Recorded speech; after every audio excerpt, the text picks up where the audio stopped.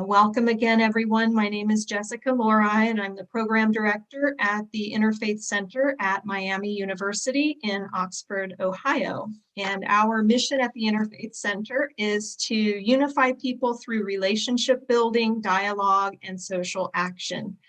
And this evening, we have a special guest with us. Her name is Aruni Marapane, and she is going to be sharing a meditation with us, but I wanted to just tell you a little bit about Aruni. Aruni lives in Westchester, Ohio, and is originally from Sri Lanka. She came to the USA 31 years ago and is a loving wife and mother of 3. She's a Buddhist chaplain in hospital and hospice settings for the last 20 years. She's also a healing touch, energy healing practitioner, and is skilled in providing therapeutic massage for cancer patients, the dying, and the elderly. Her graduate studies are in gerontology, and her passion is to help the aged, frail, sick, and dying. Aruni is a practicing Buddhist. Her focus is to practically apply Buddhist teachings to daily life. She has had a dynamic, committed, and well-disciplined Vipassana and concentration meditation practice for the last 20 years. Aruni currently teaches these meditation practices online. So thank you again, Aruni, for joining us, and I'm going to turn it over to you. Okay. Well, blessings to all of you. Thank you, Jessica, for inviting me. It's an honor. And thank you all for joining. So we are supposed to talk a little bit today and probably do a short meditation about how do we keep ourselves balanced, our minds, and peaceful, hopefully, in these uncertain times, these traumatic times. We know that we passed almost 2 years of a lot of uncertainty and fear and doubt. And now we thought that we will get a break, but I don't think there's any break. We look around all around the world and we see now different kinds of fears are coming. First, we were very afraid of a little tiny microscopic virus. And now we are worried about wars and this and that all around the world. So as Jessica said, I'm originally from Sri Lanka. If you are aware of it, my country is not falling apart, it's fallen apart. And people are waking up and they understand that they need to get up and fight back for freedom. And I'm also watching, and sometimes my mind goes up and down, and yet I want to share how do I keep my mind, try my best to keep my mind peaceful and balanced in the midst of all this chaos. So as Jessica said, I'm a Buddhist chaplain. More than anything, my core faith is Buddha's teachings. But I'm non-denominational and I'm open and studying all the belief systems. I have utmost respect for all the belief systems.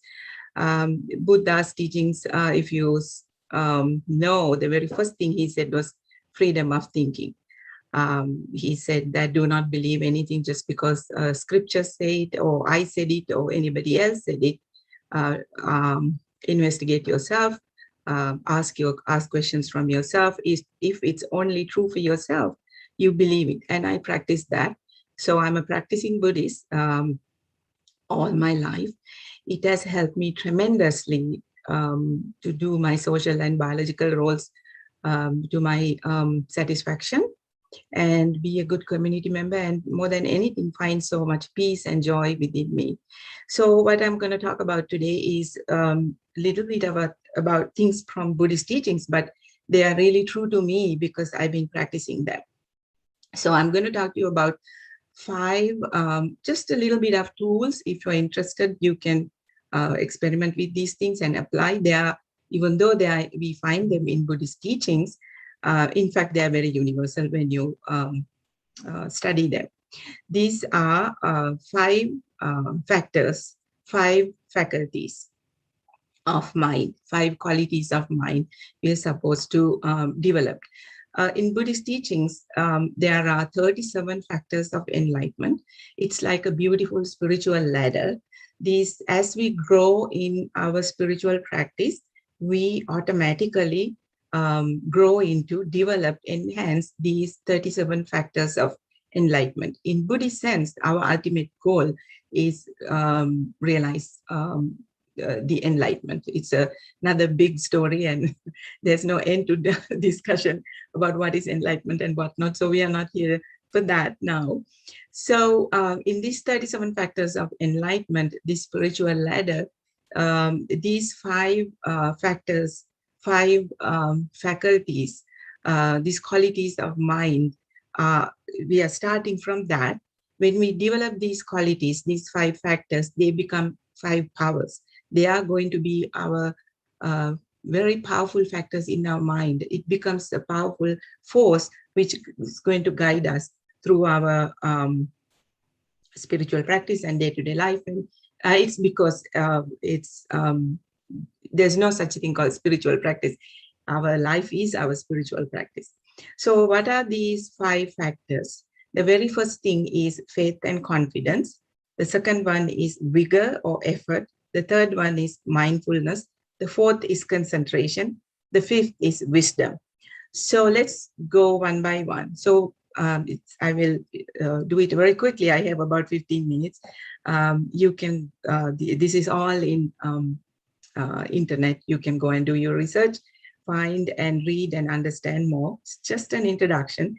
These are very useful tools to keep our minds balanced. So faith and confidence. So this faith and confidence, this quality is not just blind faith or just believe a belief system. It's much more to that. There are at least 4 components when you think about this, talk about this faith and confidence factor. There's social component, volitional component, intellectual component, and emotional component. So let's take an example. So intellectually, we are going to investigate and analyze when we hear something, we read something, when something is present to us, any kind of situation, any information, not only spiritually or religious. So, and through that investigation, we come to understand, yeah, I have trust and confidence in this matter, in this factual situation or whatnot. When it's come to volitional, we practice, the factors are present to us, and we practice. Through our practice, we begin to understand, we have trust and confidence in this situation. And then socially, when we look at these factors, we begin to, when we investigate in socially, we begin to develop trust in society, our social network or environment. That's trust in confidence. And emotionally, your trust in yourself. With this faith and confidence, with this is developing, we have serenity and comfort and trust in ourselves. So basically, what is this trust and confidence? It's not just trust and confidence in just a belief system. It's pretty much trust and confidence in ourselves and what surrounds us. And it's not pertaining to, related to one belief system or Buddhism or this or that. It's very universal. And when we are living, do I trust myself? Do I trust my social network? Do I trust my society? Do I trust my ecosystem environment? Unfortunately, when we look around, and you can see that we don't have it, but it's very important to keep ourselves balanced. We somehow find this trust within us, and it is possible. We are not just pushing everything under the rug.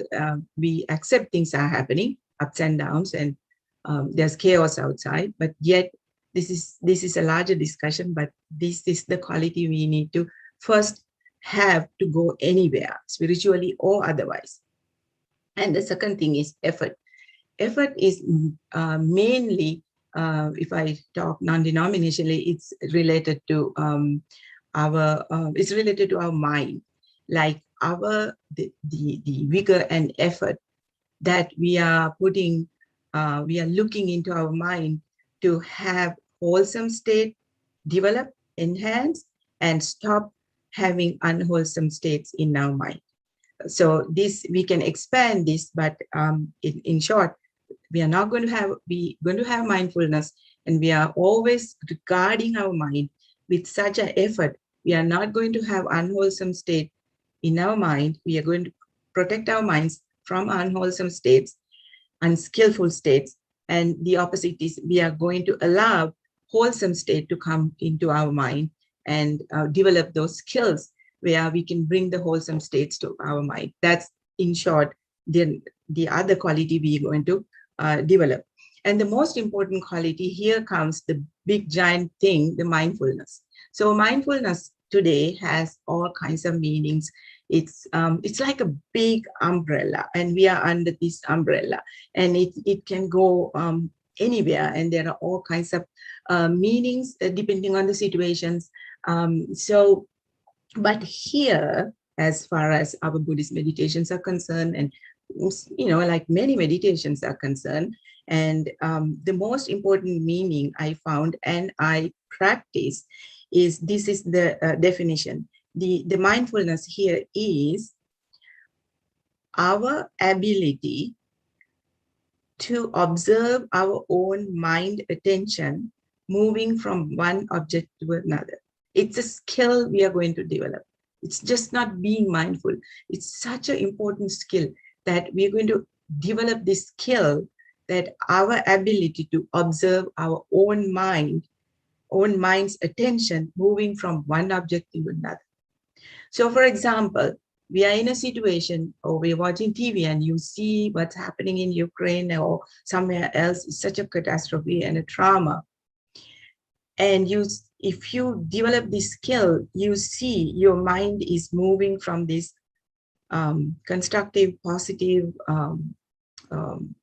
stable mind state to really emotional, erratic, irrational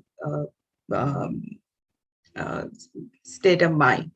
And if you develop this skill, you can, that's mindfulness. You bring back, you see what's happening, you are still stable for somewhat, you're still compassionate, but you can figure out, this is what it is, and what am I supposed to think? And basically you can keep a stable mind. So then comes the fourth quality, that's concentration. To do anything, not only meditation, we need this quality, concentration. So when you're developing all the other qualities, our mind is becoming clear. We have our own space. We understand the importance of our own space. We give room to others to have their own space. And then, because we cannot concentrate on anything with a chaotic mind. So we need our space. That is very, very important. That's the most important thing. People, when we talk about concentration, people just jump into concentration. But to do concentration, to anything, even to cut a orange, you need your own space, like even a small thing. So, so you'll do a right concentration. So this is the other factor, that's the right concentration. And the most important, highest quality after that comes to us is wisdom. In Sanskrit, this is prajna, and this is the highest quality we can develop. So here, the wisdom is that our ability to see things for what they are.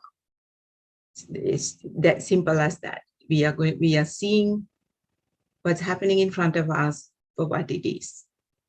And we understand there's no one reason, one cause, one condition. There are zillions of causes and conditions are responsible for this condition to arise. And there's no one person, one government, one nation is responsible for this. It's unfathomable dance of life brings these situations together, either positive or negative. So we through our wisdom, so one has to be intelligent. It's advancement of intelligence. The wisdom, quality of wisdom comes from intelligence, but mere intelligence is not good enough. So these are the 5 factors I practice when I don't have much good concentration. In any situation, I go back and check other qualities. Am I guarding my mind? Are there any unwholesome states? Do I have trust and confidence in myself and the society and whatnot? And then if I don't see, if my mind is not clear about a situation, I would go check my concentration levels. Is my mind all over? So these are very important tools. Actually, these are this works very well in our deep Buddhist meditations, but they are going, we can apply to day-to-day life. And what's happening is the next thing is when we are developing these qualities, they become very powerful in our mind. And then we come to a balance, which we call equanimity. So my teacher passed away last year. She was my teacher for 15 years. She was a great Theravada Buddhist meditator. And she's from Cincinnati, Ohio. She guided me, so I think about her with so much love today. She told me and taught me an equation. She told me always, when at all times in our lives, always balance wisdom and compassion, wisdom and compassion. So I was confused, and I had a lot of questions from her. So when we have only compassion, when we see this trauma, catastrophic things happening in front of us, unfathomable, sad situations, we are empathetic beings, we are very compassionate beings, and we get involved and we see and we become so emotional, and we want to suffer with those beings. We want to suffer for them, with them, because of them. And we, because we are compassionate beings. And then if one has only compassion, if one has only wisdom, that mind is dry, robust, and very mechanical. And there's not much of, their hearts are not open. Their hearts are closed, I would say, not, it's very, if one has only wisdom, they're much more analytical. So my teacher actually showed me we need to have both qualities equally balanced. One has to have this unbelievable compassion and love.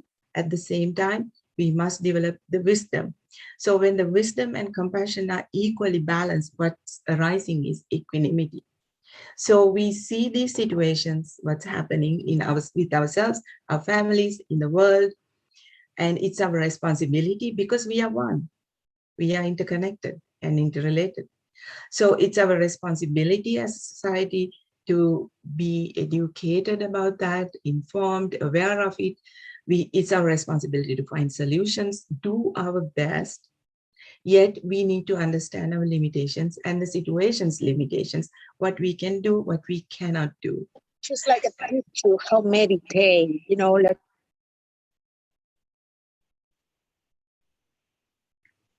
Okay. So we need to be, so how do you gain this balance between wisdom and compassion? It's mindfulness, that skill of our ability to observe our minds, attention moving from one object to another, one situation to another. We know how to bring it back. So it's a lifelong practice. So when our mind's getting imbalanced, please look into these two factors. Am I balanced? It's my analytical, investigative mind is balanced with loving heart. Both qualities have to be equally present and balanced. So I don't have much time to talk about it. That's a big, big topic. And then I'm going to go to the mind and body. So when we develop all these qualities, let's come to the mind and body. So what's mind and body? Mind and body are two parallel processes, interrelated and interconnected. Mind and body are two parallel processes, interconnected and interrelated, interdependent. One cannot survive without the other.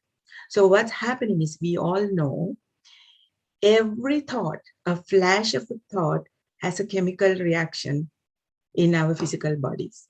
So when the thoughts are continuously flavored with fear, doubt, restlessness, aversion, anger, basically these are negative thought patterns.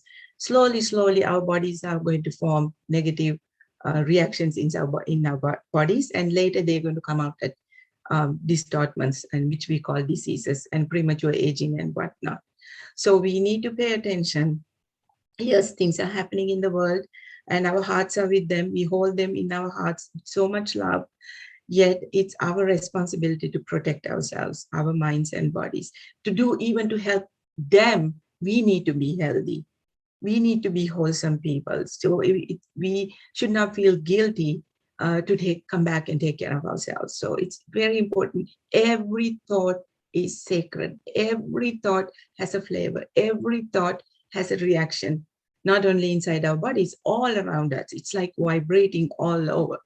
So this is a reminder, and let's go to basics. What I have noticed from my loved ones and my social network, we are so engrossed in this, what's happening around us. We forget to take care of ourselves, like simple things. Are we drinking enough water? Are we paying attention to our food? Are we eating balanced diet? Are we exercising, taking walks? Are we sleeping? We do have good sleep habits. Are we listening to each other? So there's so much we are missing because we are stuck at what's happening out there. I know it's sad. I mean, I myself go through that, but practicing these qualities always reminds us, yes, our hearts are with them. I will do my best, but it's my responsibility to take care of myself. So I explained very quickly what I wanted to say. So let's start our meditation. It's very short. So let's close our eyes. Take a deep breath in and out. Thank you so much for being here. Whoever is going to connect with me today or whenever, I embrace you with so much love and compassion. You're very sacred. Life is unfathomably sacred. We've been given this blessed life. We can do so much. So we are going to take a deep breath. And first, we are going to fill our hearts with so much love. Let's open our hearts like a beautiful lotus flower. You know, the lotus, it grows in mud. It's stuck inside. Just visualize. There's a pond of mud and there's nothing. All of a sudden, you are this little stem, lotus stem. Visualize that. It's coming slowly up.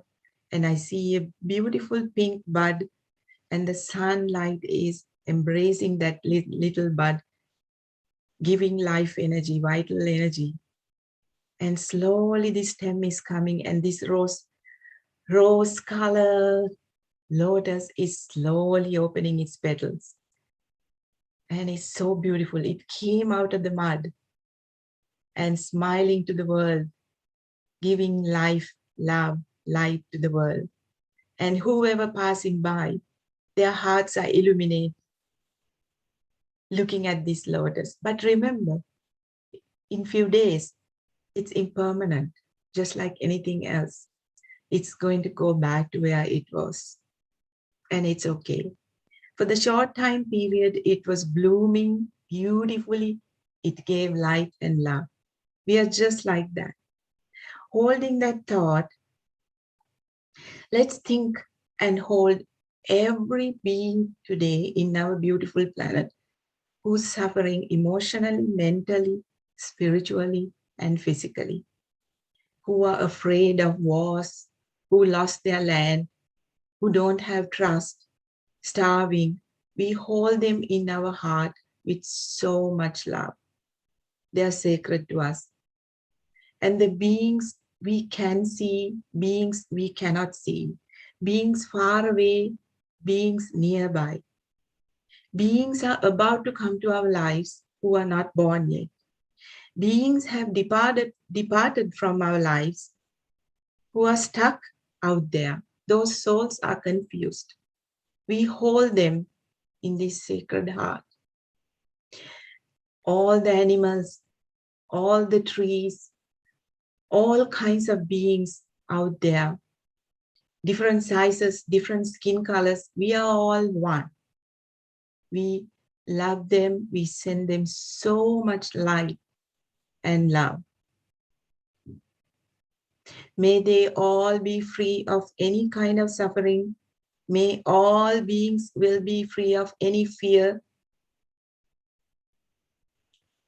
All beings who are suffering of many diseases, may they find healing in every possible way. May our planet will be filled and covered with so much peace and joy and love and light. And thank you so much for being here with today. And blessings to all of you. Thank you.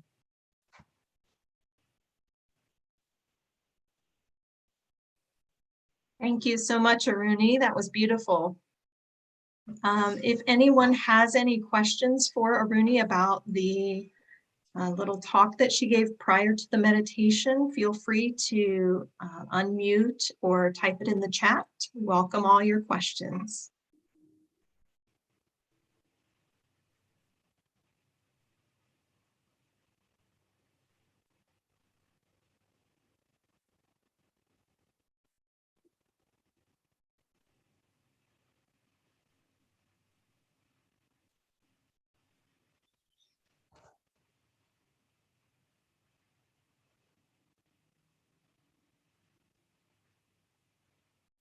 Like there are no questions for this evening, so thank you. Is there anything you'd like to say in closing, Aruni? Well, love yourself, trust yourself, as I always say. Please listen to each other. We are all conditioned beings and all experiences are subjective. Remember that. So each one of us has our conditioned way of looking at things. There's no one way. So world is beautiful. So we need to respect and accept each other for who they are. And let's be so glad that we have all kinds of differences which helps us to learn and grow. Thank you. Thank you. Everyone have a wonderful evening and we'll see you soon. If you'd like to learn more about the Interfaith Center, we are at oxfordinterfaithcenter.org, or you can find us on YouTube if you'd like to check out our library of videos there. If you go to YouTube and search for the Interfaith Center at Miami University, you'll find all of our videos there. So thank you all so much and have a wonderful evening. Thank you. Bye, Jessica. Bye.